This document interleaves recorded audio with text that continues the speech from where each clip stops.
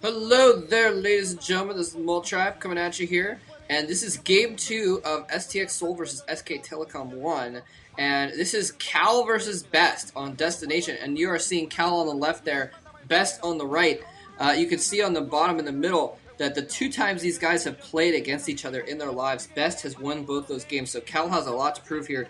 He's going to have to prove that he's actually capable of beating Best in some PvP.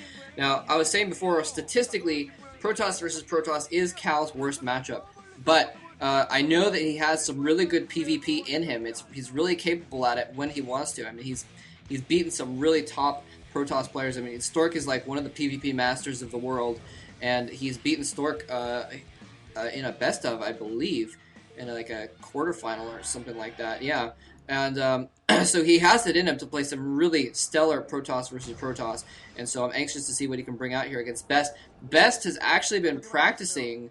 He's got his OSL game against Bisu coming up here in a few days, and so Best is really prepared. He's been playing a lot of Protoss versus Protoss lately, so he is really going to be set for this. And I want to point this out. Oh wait, let me see what map it is actually. Okay, it's on Chipongryong, so never mind. I thought it was the same map for a second, so I had to double check.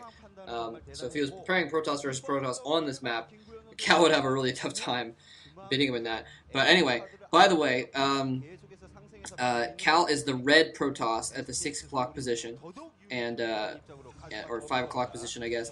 Best is the purple Protoss at the 11 o'clock or 12 o'clock position. And so if you follow color theory, these are just some two very high-class colors, two very strong, powerful colors. Usually the purple Protoss will win in a Protoss versus Protoss, though, so Best has a little bit of an advantage there. This is a fun map. We've seen a lot of cool stuff on this map. It leads to a lot of... I'm really surprised that SKT didn't send out... Well, I guess, never mind. I was going to say they didn't send out a Terran, but they didn't have a Terran to send out. They already sent out their Terran Fantasy, so... he's the only really decently good Terran on SKT1. I'm sure they have more Terrans that I can't think of at the moment. And don't say Boxer. Boxer isn't that good yet. I mean, he's been practicing a lot. Boxer is on SKT1 now, by the way, if you hadn't heard. He's transferred back off of Ace. And I mean, he's been out of form for a while, so he's basically practicing up to try and get back in form, to try and get back into a playable form. And when he left for the Air Force, he was still a decent contender, and he was still doing well. I mean, he had to quit a Star League. He was in the round of 16, I think, or 32 of a Star League. What the flip is Bunky doing now? And he actually had to quit that Star League to go into the Air Force. He was doing boot camp or whatever, I guess, and he just did not have the ability to get to play in the Star League. Anyway, so point being, once he gets back in practice, he's going to be a contender again, I feel. He's probably not going to be like top contender, like winning Star Leagues or anything anytime soon. It'll take him a while to get back into any kind of form like that. Nice little Manor Pylon going down for Cal. He's trapped a probe or two, it looks like, and he's blocked 2 mineral patches. Nice Manor Pylon, and in the meantime, he actually put down a pylon in his mineral line to make sure no Manor Pylons were put down. Now, interestingly, it looked like Cal got his gas down later than Best, and he even cancels the pylon, so he delays for a while. He only loses, I think, 33 minerals or something like that off of canceling that pylon. But Cal got his gas down a little bit later, and I'm not sure what was going on with that. It looks like he actually managed to get his core up sooner. That may have been what he was doing. Another Manor Pylon going down! Wow! That is another nice one. Again, in a really good spot, blocking 2 mineral patches. So Cal doing some really good early harassment here. I think what that getting the gas late was, it looks like he may have been saving up mineral. No, that doesn't make sense because he still got the gas before his core, I believe. Well, I'm sorry, I didn't note that particularly. Maybe he got his core before his gas. Try and get his core up sooner. I'm not sure what was up with that. Anyway, but Best is getting a lot more gas though, and so he is able to upgrade the range for his Dragoons a little bit sooner. It looks like he had that started up. I didn't load this video up in high quality on YouTube, so I'm not sure. But anyway, he does have a Dragoon out. It's going to chase down that probe finally. Probe desperately trying to stay alive long enough to see it and see if he can spot what kind of tech Best is going to put down. That Dragoon is chasing him. He's doing a really good job of using Best's buildings to block that Dragoon away from attacking him. Really nice job. He went around the mineral line as well. And a couple hits left on that probe. But again, that Dragoon is just going to get confused, confuzzled, you might say, by the buildings and not be able to actually get... Look at that probe! Oh, the probe! For a second, I thought the probe was going to get away. It gets sniped off by a Zealot on the way out. I just spit on my computer screen. Snipe.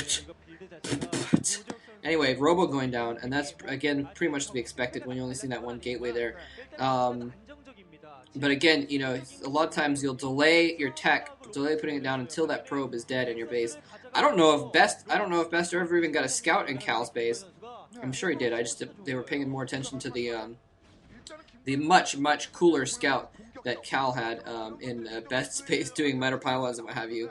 So they might not have shown that. But usually it can be to your advantage. A lot of times players, they don't want to deviate from their build, and so they won't.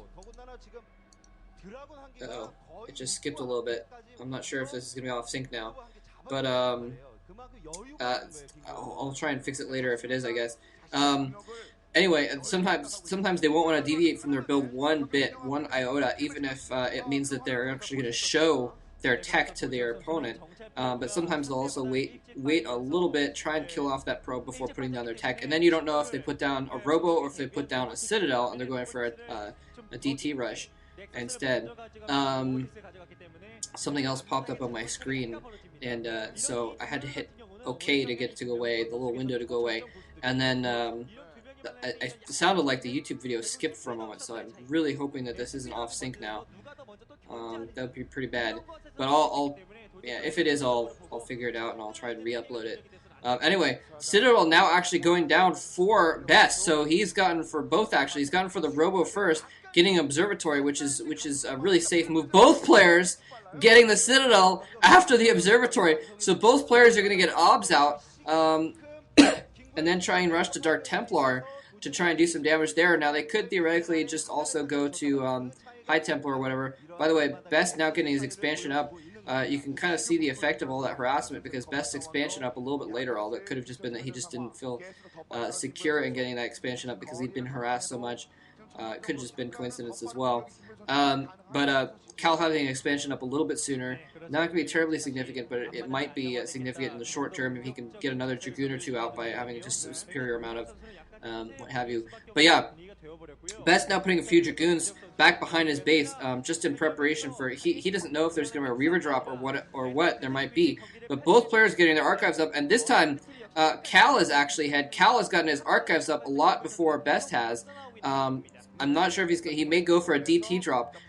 That's part of that may be part of the reason why he got that Robo, so he can get a shuttle out after his OBS and go for a DT drop. Both players do have observers out heading towards each other's bases, it looks like, and so they're probably going to be able to scout these Templar from each other.